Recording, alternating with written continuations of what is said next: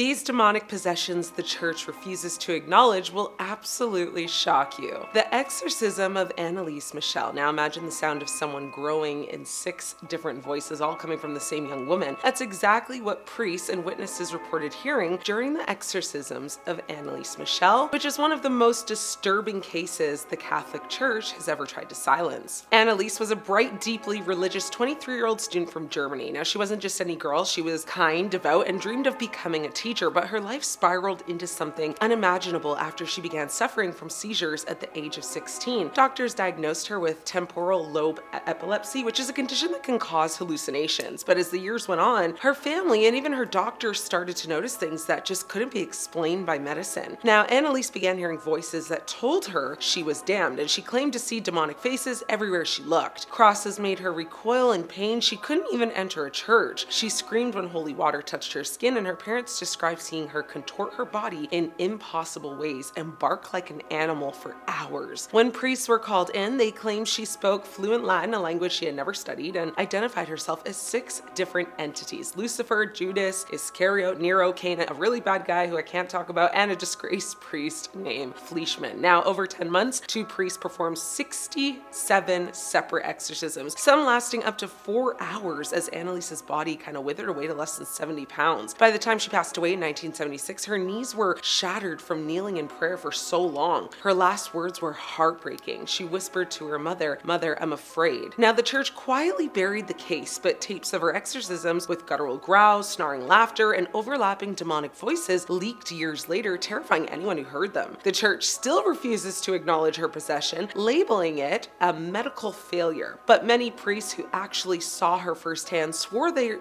was something far darker than epilepsy inside her. The Exorcism of Roland Doe. Now, this is the true Exorcist. Now, if you've ever seen The Exorcist, you know how terrifying that film is. But what if I told you the real story behind it? It's even worse, and the church has kept most of it hidden. Well, in 1949, a 14-year-old boy known under the pseudonym Roland Doe, sometimes Robbie, began experiencing very bizarre, violent phenomena in Maryland. It started small scratching noises inside his bedroom walls, objects flying, off shelves, and his mattress began shaking violently at night. Then, very strange words began appearing on his skin, scratches that seemed to be written from the inside out. His family, desperate for answers, first sought help, from their Lutheran pastor, who quickly realized this was beyond his power. He turned to the Catholic Church. Multiple priests reported that Roland's behavior would shift instantly. One moment he was calm and polite, the next his eyes would roll back. His voice deepened beyond recognition, and his body would convulse with superhuman strength. During one exorcism, witnesses claimed the boy broke free from his restraints, ripped a spring from the bed, and slashed a priest's arm from shoulder to wrist. On another occasion, the word hello appeared carved into his stomach. It wasn't written by anyone in the room, it just formed itself as priests looked on, in horror. The boy's family was relocated multiple times to,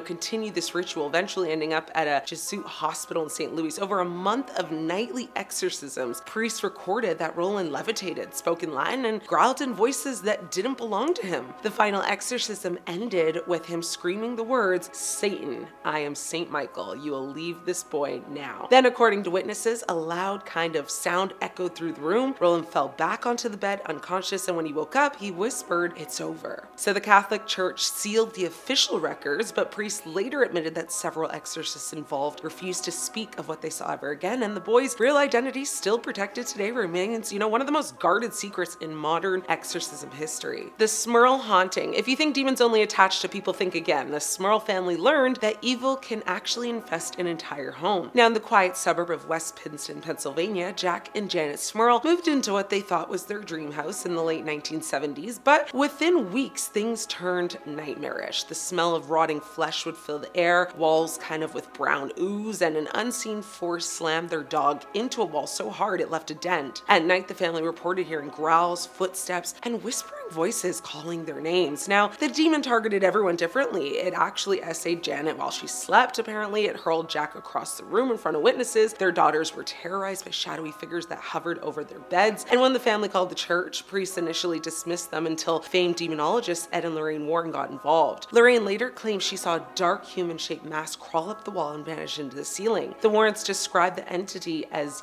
inhuman. Not a ghost, but a demon feeding on the family's suffering. Multiple exorcisms were performed, each one making the activity worse. Neighbors Neighbors reported hearing screams and moans coming from the house when no one was actually inside. The Smurls even moved, but the demons followed them. It wasn't until the late 1980s that the church performed a final secret exorcism. Afterward, the attack stopped abruptly. The church publicly denied involvement, but the Warrens claimed the Vatican sent priests under orders of complete confidentiality. To this day, the Smurl Haunting remains one of the most chilling and controversial possession cases the church refuses to comment on. The Enfield Poltergeist. Now, few cases in history have more witnesses, photos, and evidence, and yet the church still won't touch it. In 1977, single mother Peggy Hodgson and her 4 children began to experience a series of escalating paranormal events in their modest council house in Enfield, London. It began when Peggy's daughters heard knocking on the walls of their shared bedroom. Furniture slid across the floor on its own, toys flew through the air, and 11-year-old Janet was the center of it all. She began actually levitating in front of witnesses. British police officers, journalists, and psychic researchers all saw very unexplainable things firsthand. Janet would speak in a voice that was clearly not her own, deep, a male kind of voice, claiming to be the spirit of a man named Bill Wilkins.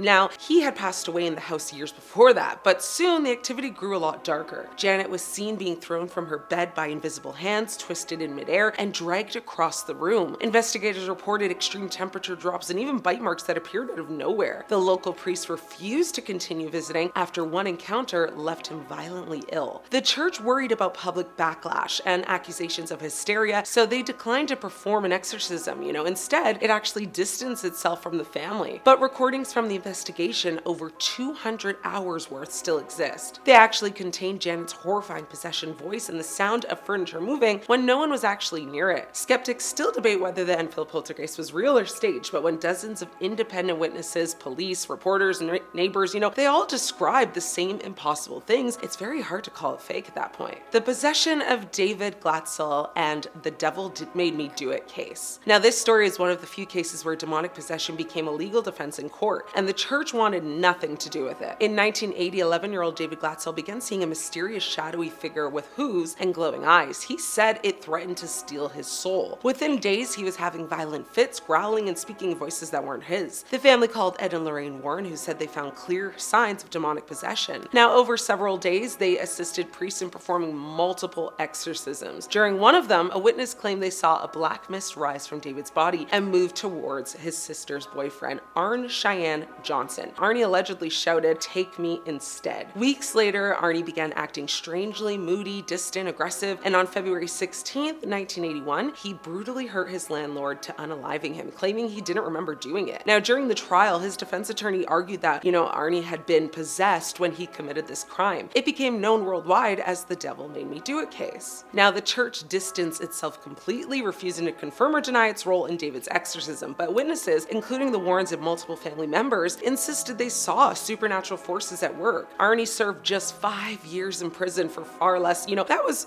far less expected, and later he actually said he believed something truly evil had taken over him. The Vatican never commented on the case, and the original exorcism tapes have never been released. Some claim they, locked away in a church archives evidence, and some also claim that, they just don't want the world to hear it. Well, let me know what you think. Which demonic possession freaked you out the most? Let me know. I'm your host, Ashley. I'll see you later. Some stories start as whispers told around campfires or pass between kids on playgrounds, but sometimes those urban legends turn out to be horrifyingly real. These aren't made-up tales, these are true stories that prove some legends walk amongst us. Rats in the toilet bowl. Now, it's in the middle of the night, you stumble to the bathroom, half asleep, flip up the toilet lid, and staring back at you from the water is a living, hissing rat. It sounds like a nightmare, right? But this urban legend has been proven true time and time again. Rats really can swim through sewer pipes. They can navigate, bends in the plumbing and emerge straight through your toilet. So in countless cities around the world, plumbers have confirmed cases of residents finding live rats splashing in their bowls, especially in older buildings where the pipes are connected directly to the main sewer lines. Rats are built for this. They can tread water for days. They can hold their breath for minutes at a time and